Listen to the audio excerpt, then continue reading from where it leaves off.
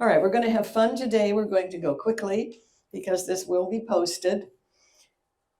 Usually when I talk about health, I'm talking about brain body health. Today I am only talking about brain health because with the information we're getting about Alzheimer's disease, uh, everything starts in the brain. Everything stops in the brain. So if you are taking care of brain health, you are also taking care of your body health. But I've never done this presentation before, so we'll see how it goes. And I hope that you get excited about brain health, because if your brain is not healthy, then plan on your body not being too healthy. So for decades, researchers have been trying to figure out brain health.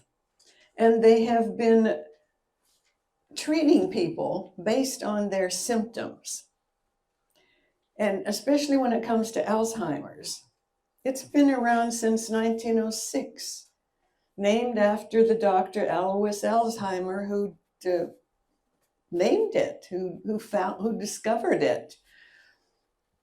He was taking care of a woman who died of a very unusual mental illness, and none of the doctors could figure out what was wrong. And her symptoms included memory loss, language problems, unpredictable behaviors. And they named that syndrome Alzheimer's. So now, more than a century later, we still don't have a cure. Which takes me back to the fact that a cure is after the horse has left the barn. And we need to get it before a cure is needed. The problem has been nobody was studying it. Typical medicine is they look for a cure if you give them a set of symptoms, but that's way too late for Alzheimer's. So here's some estimates. At the rate we're going with diagnosis of brain problems, by 2050, 1 in every 3 adults in the United States will either be experiencing symptoms of dementia or caring for somebody who is. Now that is very scary for me, very scary. Fortunately, about 3 years ago, there was a group of researchers who said, we've been doing this for 100 years and we don't have a cure. So what if we could prevent this? I mean, what a novel idea. And they started doing research. And it's stunning what they're finding. In general, even genetic related Alzheimer's, if it can't be completely prevented, it can be slowed down. And here we've been looking for a cure after the horse left the barn for a whole century. So impacts. I have worked with impacts before it went public. It's on the cutting edge of stuff. And their products do, at least the ones I have researched, do help brain function.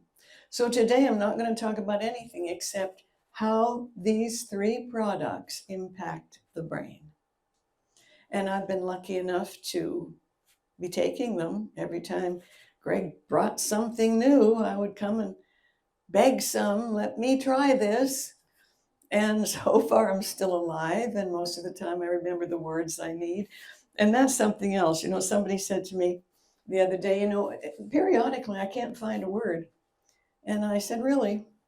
I'm afraid I'm getting dementia. And I said, then you've been getting it since you were 3 years old.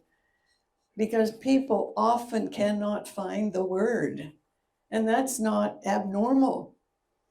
So when I've lectured around the world and I can't come up with a word, all I say is there anybody in the audience who knows the word I'm looking for? And 100% of the time, somebody does. So I don't worry about that anymore because somebody will get it for me.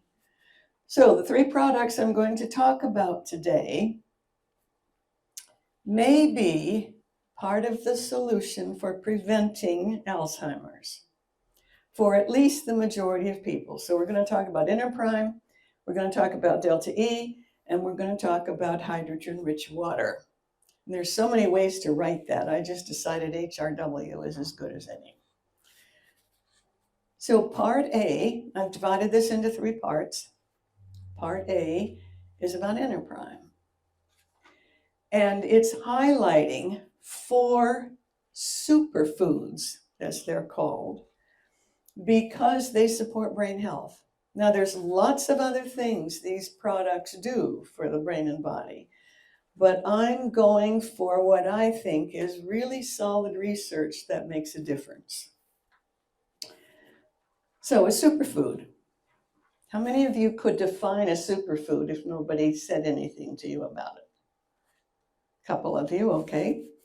For the rest of you, a superfood is defined as a nutrient-rich food considered to be especially beneficial for brain function and for brain-body health and for well-being.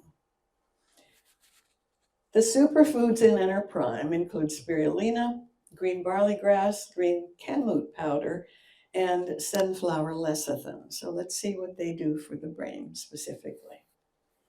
Spirulina contains a high level of chlorophyll that helps reduce the accumulation of harmful toxins, helps excrete them instead of them sitting in the brain, thus mitigating some long-term brain damage from smoking, alcohol, sugar, street drugs, dehydration, highly refined foods, sleep deprivation, and fried foods.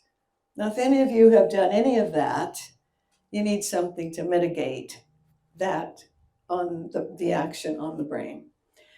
Spirulina can assist, and this is just research from last fall. Spirulina can assist in the care of cognitive-related disorders such as Alzheimer's, Parkinson's, ischemia, schizophrenia, embolisms, and concussions. And it's amazing what they're finding when they take people who already have a lot of damage. They're not reversing everything, but they are reversing some things. Spirulina contains all 8 essential brain vitamins, the B complex group. And these are considered absolutely essential for optimal functioning of the brain and the nervous system. And when you're talking about the brain, you're talking about the nervous system, the primary nervous system, you're talking about the brain, you're talking about the brain stem, you're talking about the spinal column that's just loaded with neurons.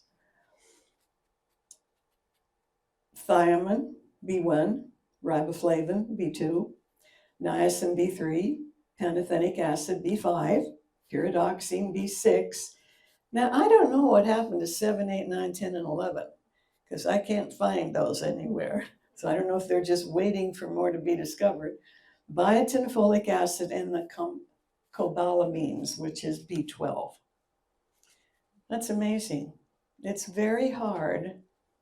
Well, it's a challenge, not necessarily hard. It's a challenge to get enough B vitamins often in this world because the food is so processed. And so there you've got all 8 essential B vitamins. It contains between 57 and 60% plant protein. It's the highest of any plant on planet Earth that we know of today. According to research by T. Colin Campbell, PhD, plant protein is the healthiest type of protein, meaning it has, when you eat protein from a creature who's digested it, you're not getting the primary source. And so I only eat plant protein. The maturation and maintenance of the blood-brain barrier, which requires what are called tight junction proteins, that prevent things from moving from the body into the brain is critically important.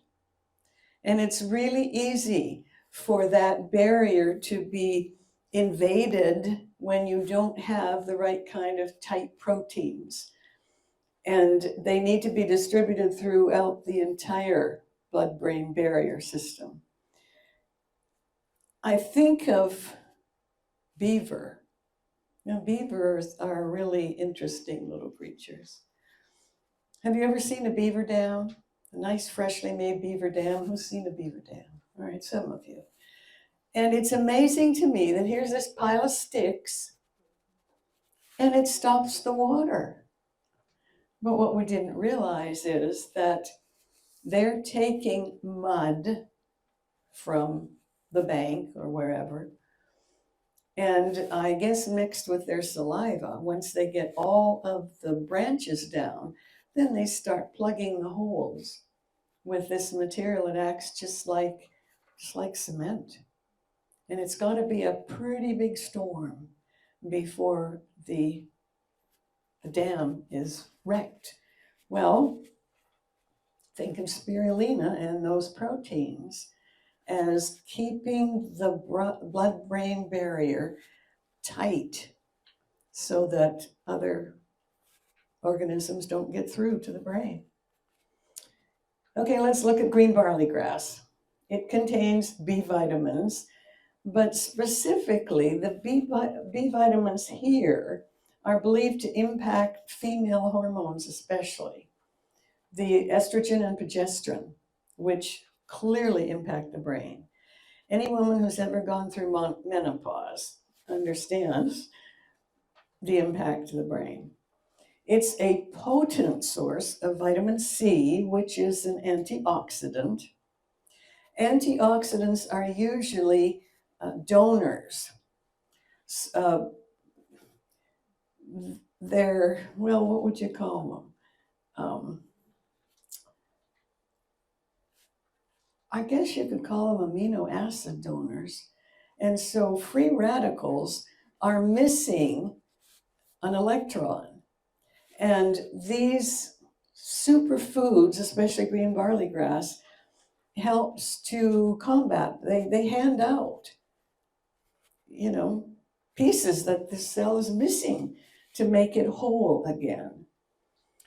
It contains all of the essential amino acids, making it one of the most nutrient-dense planet food on planet Earth. Contains trace minerals, chromium, cobalt, iron, iodine, manganese, molybdenum, selenium, zinc, fluoride, and others. These trace minerals are catalysts for enzyme production. And they're the proteins made from amino acids. Their job is to speed up the chemical reactions that go on all the time in cells within the body. Trace minerals, however, are toxic when consumed at high levels for long enough periods of time. And it's the classic story of a little is good, a lot is bad.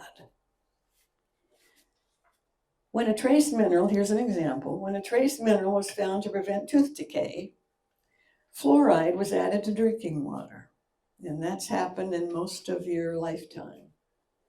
This resulted in fluoride levels at least 3 times the level in non-fluoridated drinking water. Now, we do need some fluoride, but we don't need 3 times the amount of fluoride. So you guys listen up. Studies found that fluoride-treated sperm cells, and if you didn't know this, sperm cells are the smallest cells in the body. And I love to talk to,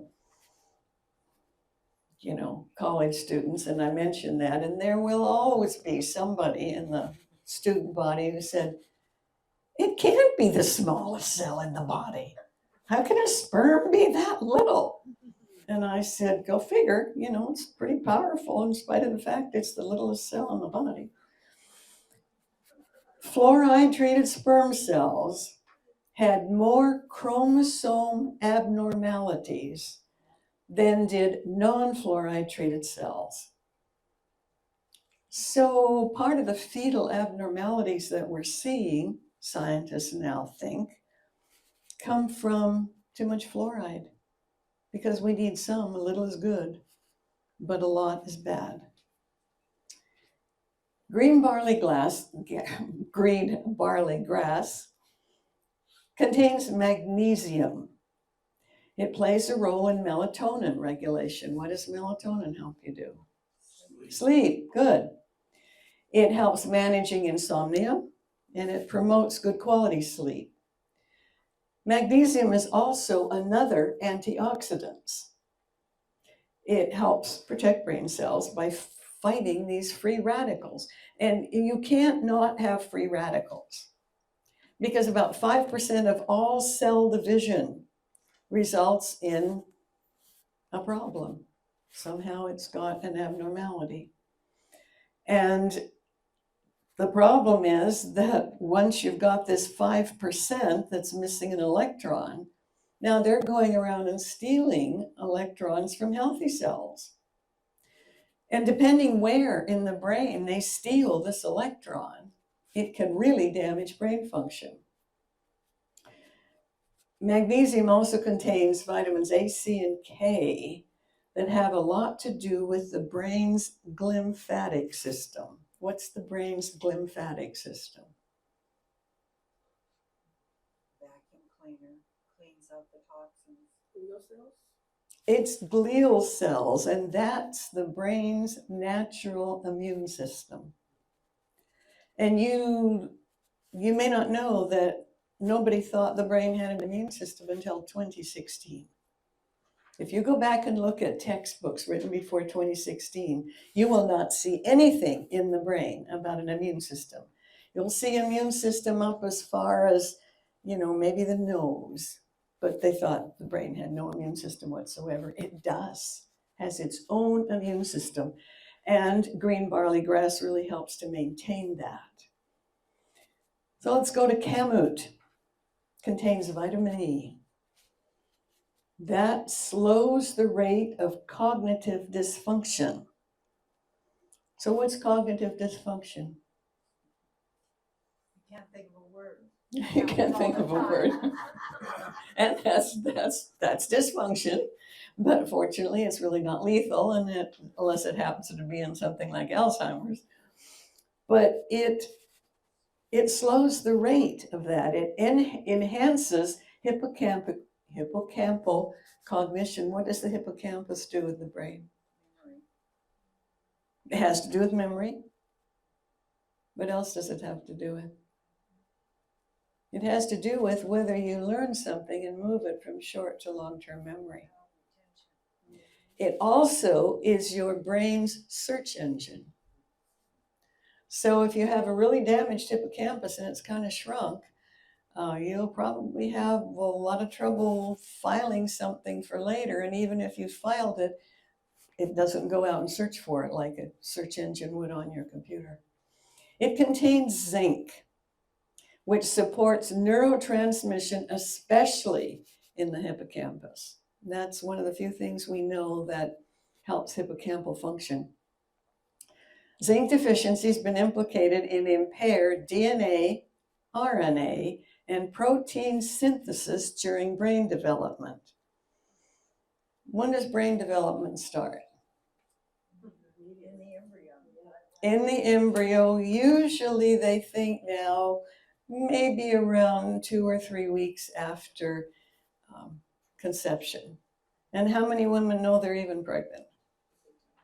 And so if she's doing things that are damaging the brain, she's already impacted the fetus.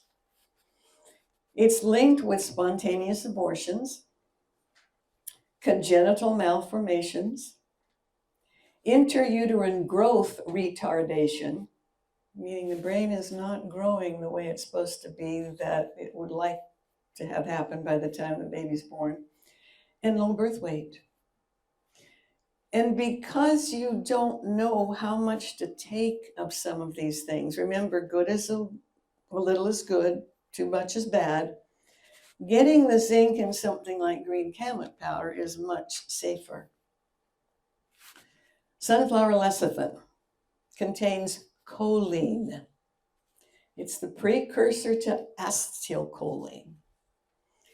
It's an essential fatty acid, and it helps acetylcholine, which is a neurotransmitter, to help you be alert, help you remember, cognition, and overall brain function. And here's the estimates. In the United States currently, most adults, most likely, are deficient in choline.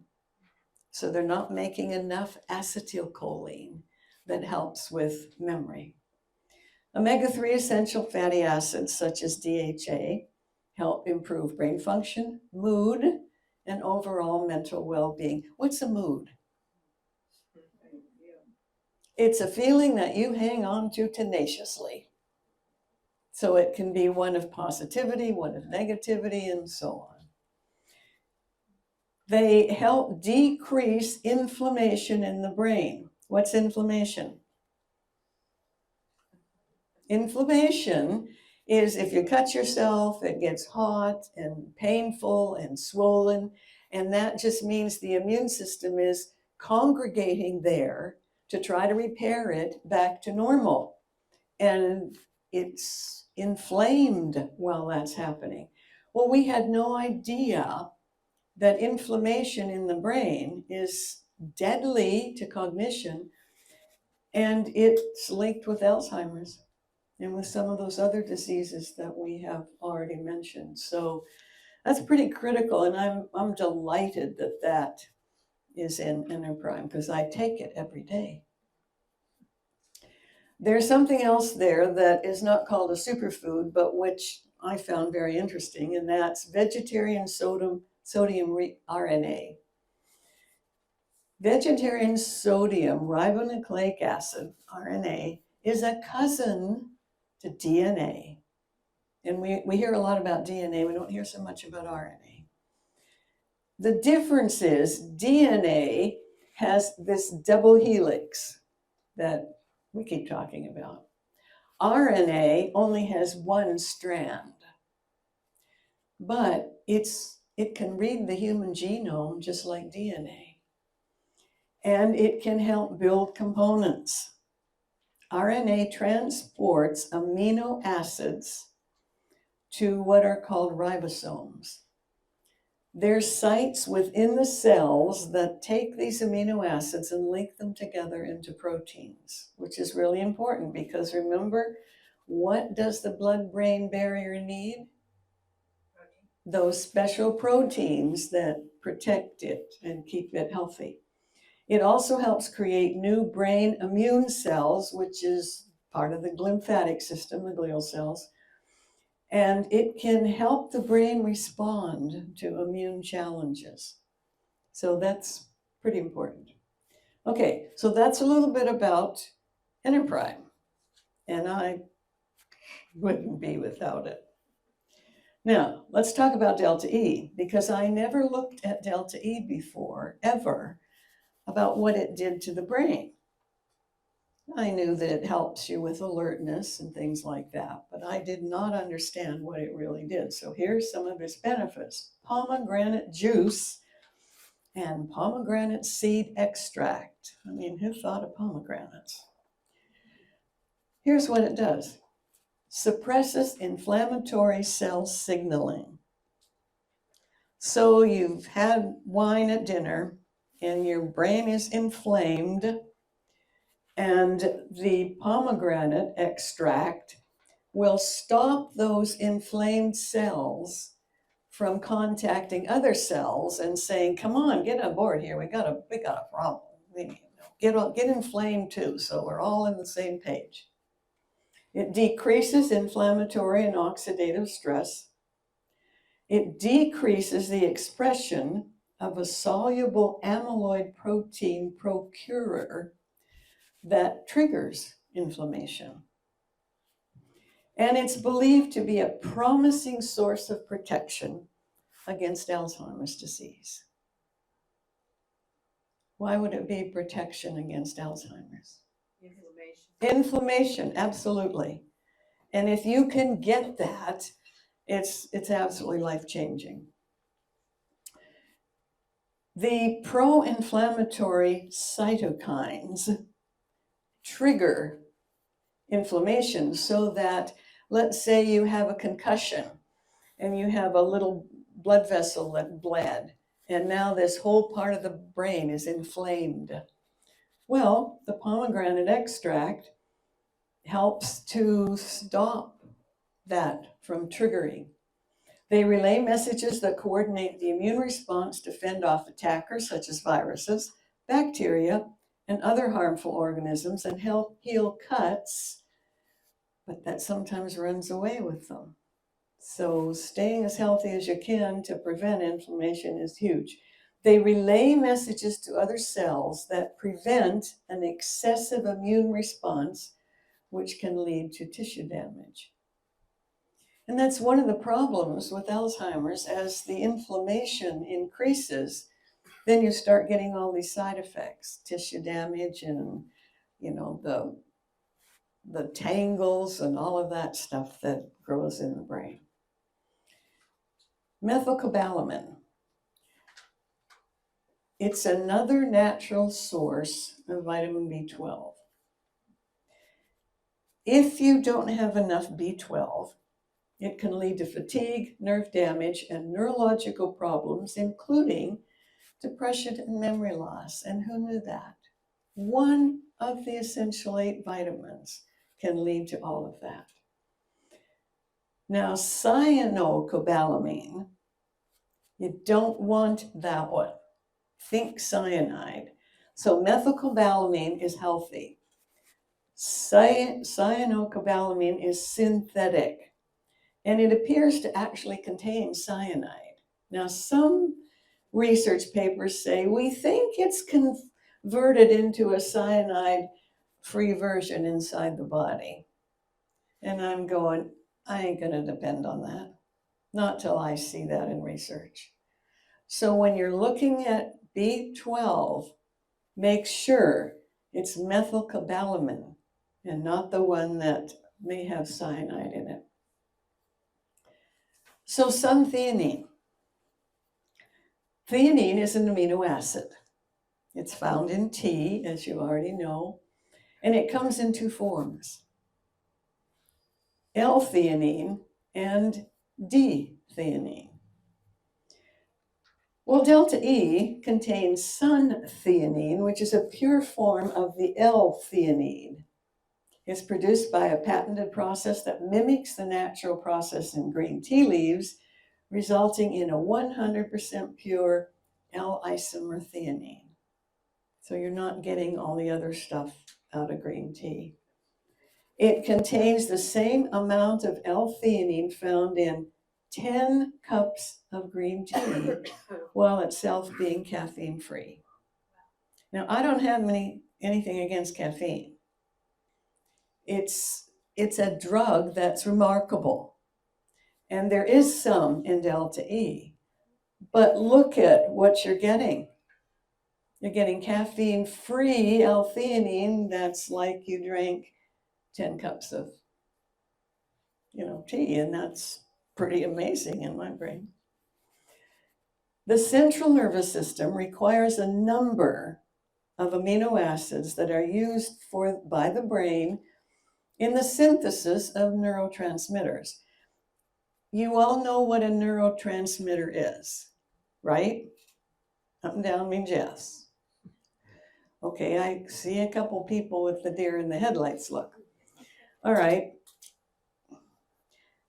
The neuron highways in the brain are made of neurons, cells, but they don't touch each other. We've talked about that before.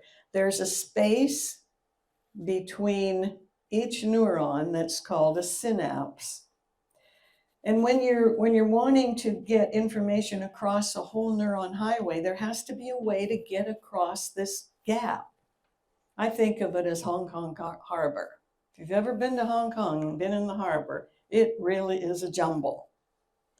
And I think of them as trying to get across this, Hong Kong harbor and having a very difficult time. Well, the sun-theanine helps the neurotransmitters pick up the message from the end of one of the neurons, ferry it across the synapse, let it get picked up by the next neuron, and then a bunch of skin divers collect it and take it back for the next time something needs to cross that gap. They're critical. Without neurotransmitters, you cannot think. Unlike other organs, the brain cannot absorb the nutrients it requires from general circulation of blood, but only those that are transported across the blood-brain barrier. So CNS amino acid transport mechanisms, I don't know why they pick such long names, they carry the nutrients, including amino acids, across the blood-brain barrier. Do you get that? That's huge. If you did not have them, you could not get these wonderful pieces across the blood-brain barrier. They'd be blocked, just like couldn't get through all the work that the beavers did. Now let's go to caffeine, because some people think it's horrible. Well, here we go again. A little is good, a lot is unhelpful. It's a natural compound found in the fruit, leaves, and seeds of a whole bunch of plants. Coffee plant, tea, cocoa, yerba mate, I don't know how to pronounce that, guarana, which is Paullinia cupana. How do they expect us to remember this? It's said to be an ingredient in more than 60 beverages, desserts, and foods. That's a lot. Caffeine's a central nervous system stimulant. What is the central nervous system? What does it involve? The brain, the brain stem, spinal column.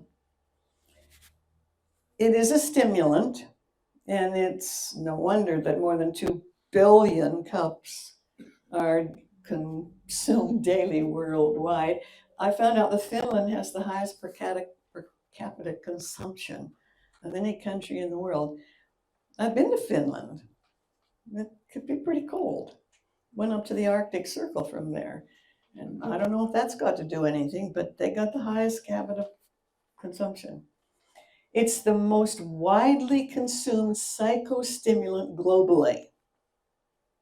80% of the world's population ingests a caffeinated product daily. And that goes up to 90% for the residents of North America.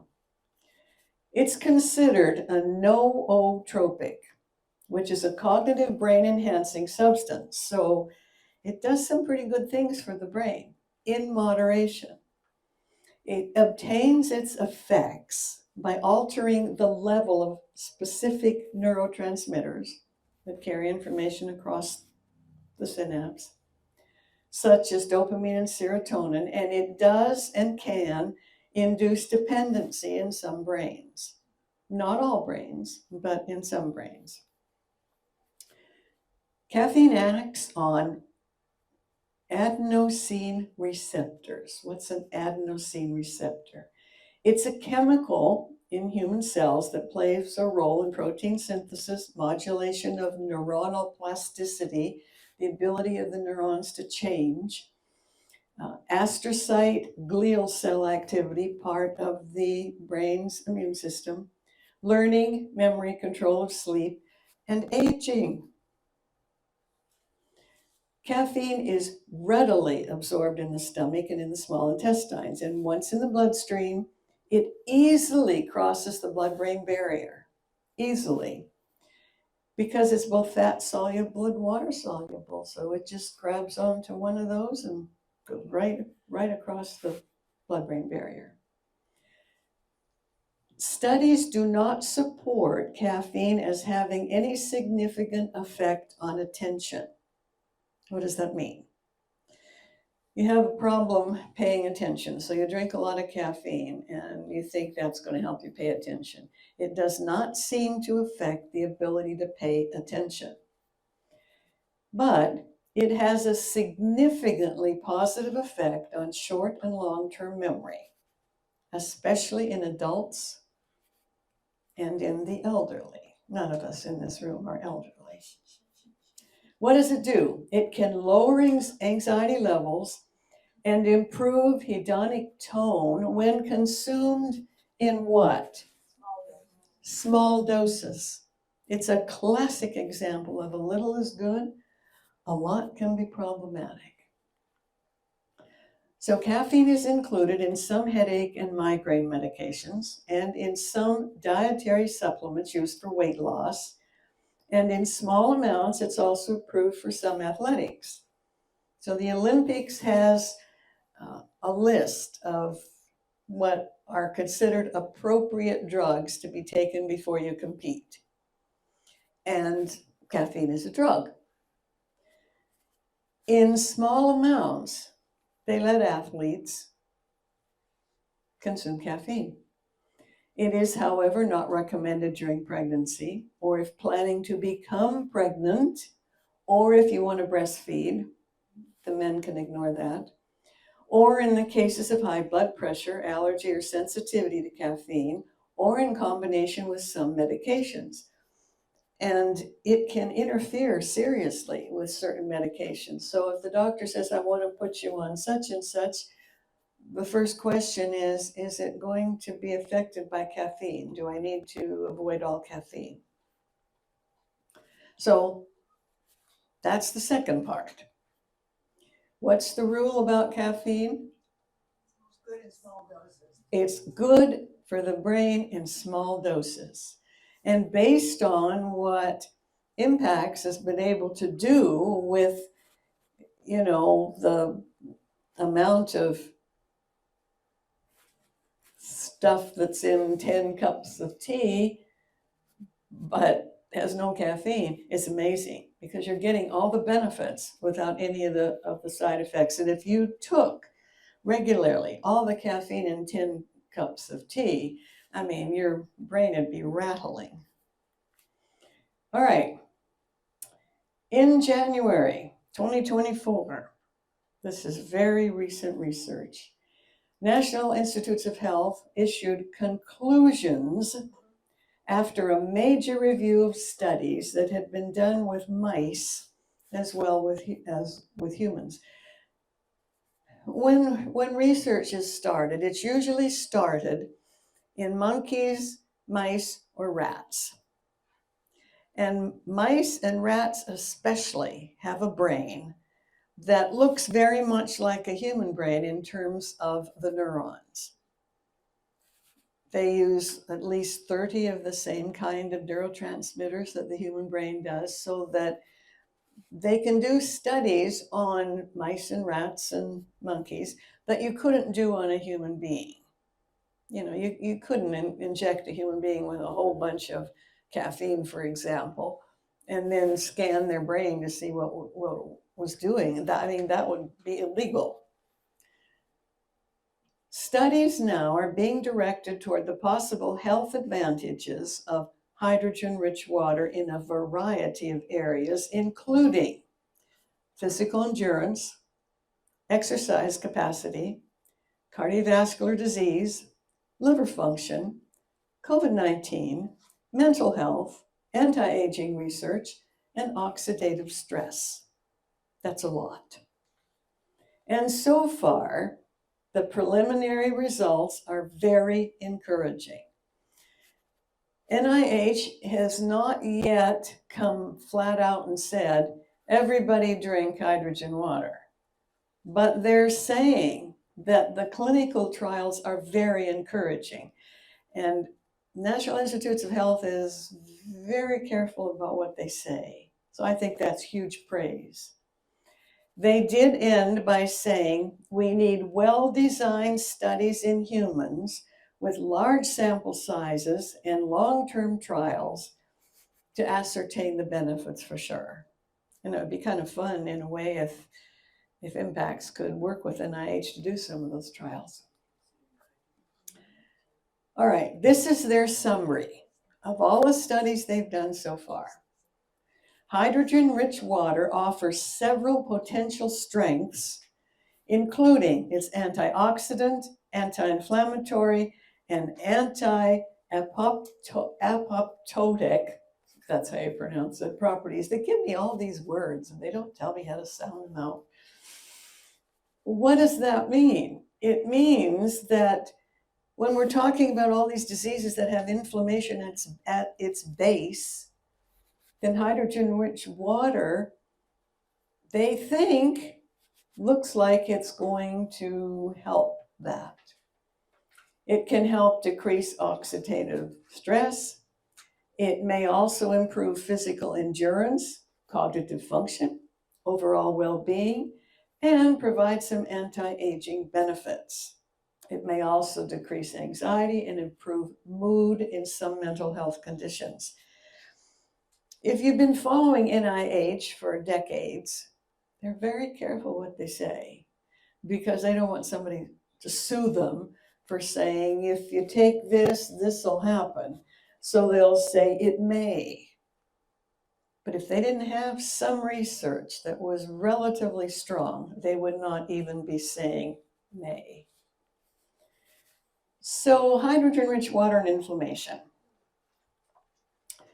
Inflammation is a vital immune system strategy that is good for the body and also good for the glycemic system in the brain. And I don't know why they named it different from the immune system in the body. But they're calling,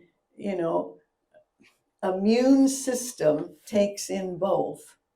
And they're scrambling to get the textbooks to catch up. Because I told you before 2016, there was no evidence there was any immune system in the brain whatsoever. Chronic inflammation occurs when the body continues to send out pro-inflammatory cells and other substances, even though there is no injury or infection present.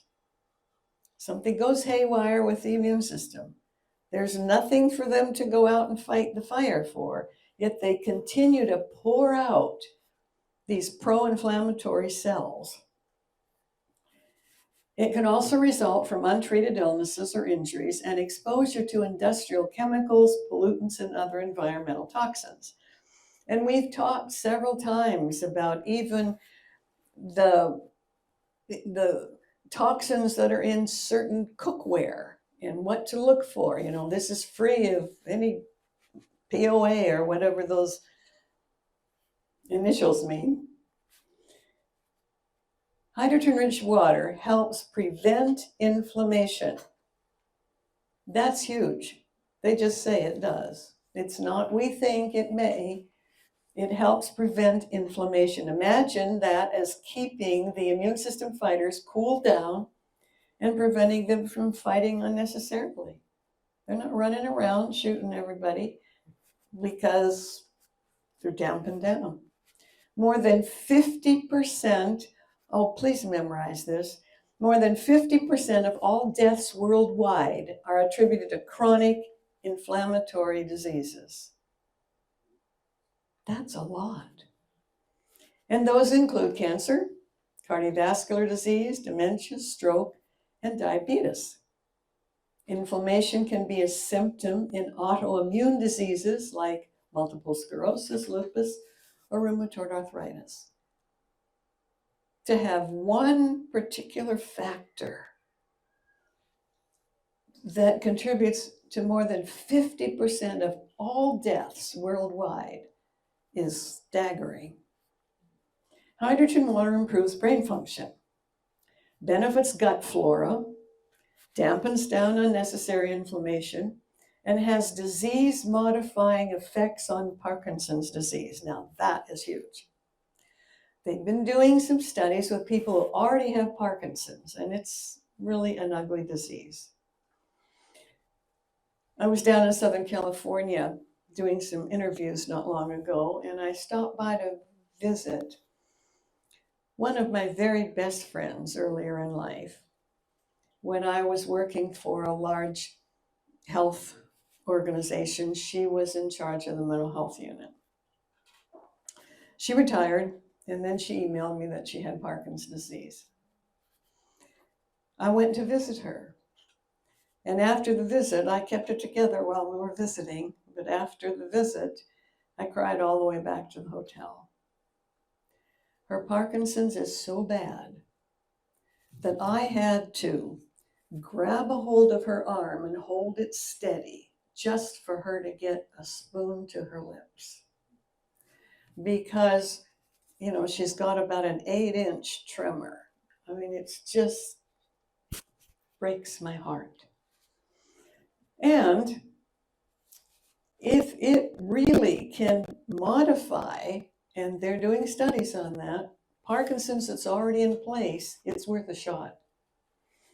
Studies have shown a 32% change in brain plasticity and a 58% normalization of alpha and beta waves within 3 minutes of somebody who has Parkinson's injecting or consuming HRW. Do you get that? It's actually slowing down the symptoms, and it's incredible. And it may help prevent Alzheimer's due to its anti-inflammatory aspects, because inflammation in the brain is now said to really underlie those tangles and all of that stuff that is linked with Alzheimer's.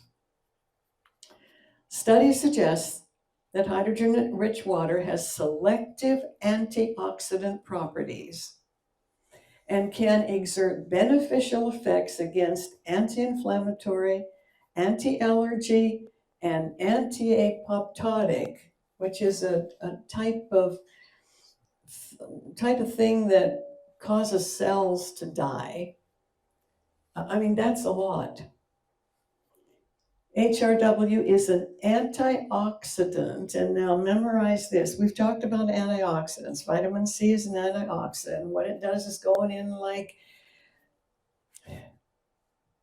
Santa Claus with a bag of candy canes and just handing them out. They don't need anything back, they just hand them out. Well, most antioxidants do hand out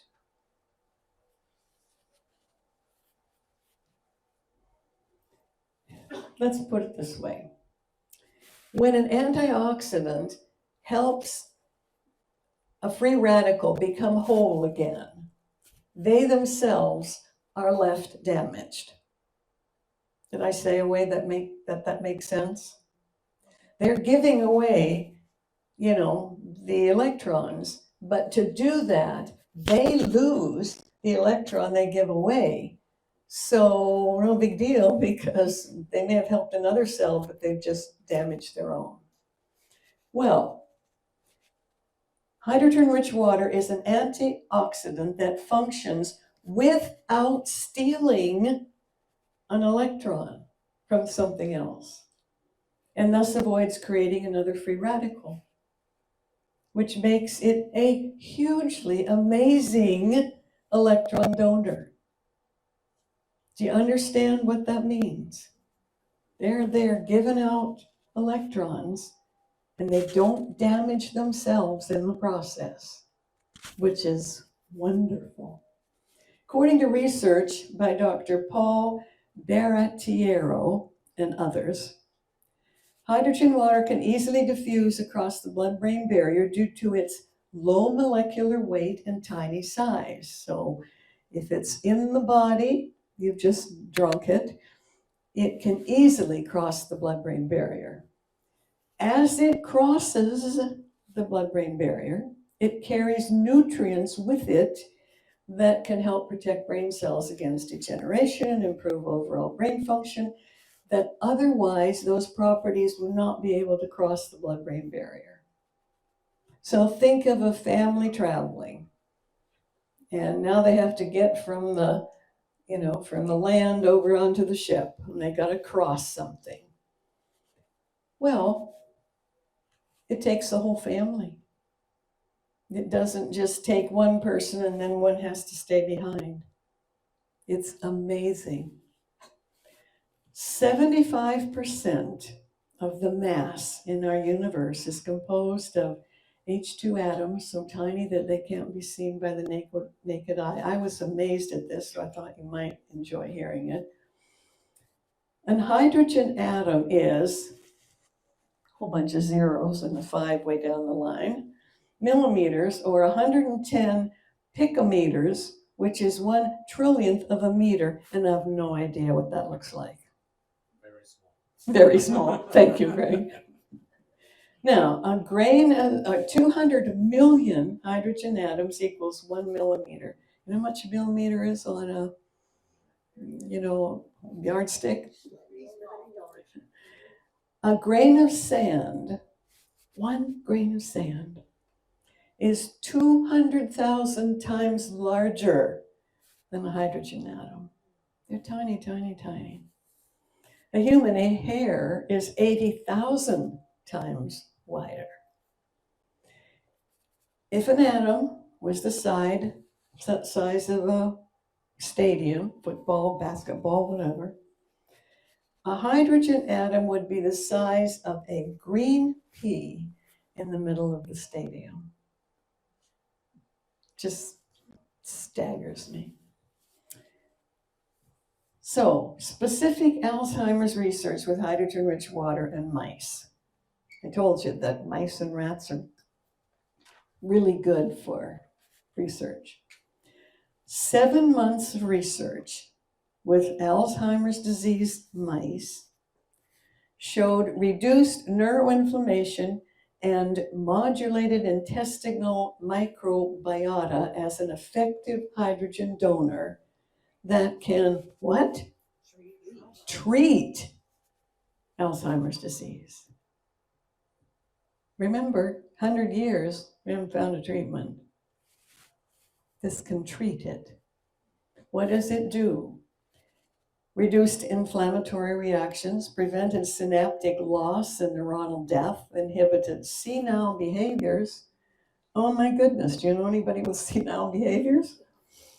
Reduced tau and neurofibrillary tangles, improved brain energy and metabolism disorders, and improved intestinal gut flora imbalances. So when they put out research like this, they can't say, if you drink hydrogen-rich water, you get a really good chance of preventing Alzheimer's. And even if you've got it, it might be able to reduce some of the symptoms. I mean, how do you prove that? So the best they can do is say the research shows it has a neuroinflammatory benefit for Alzheimer's.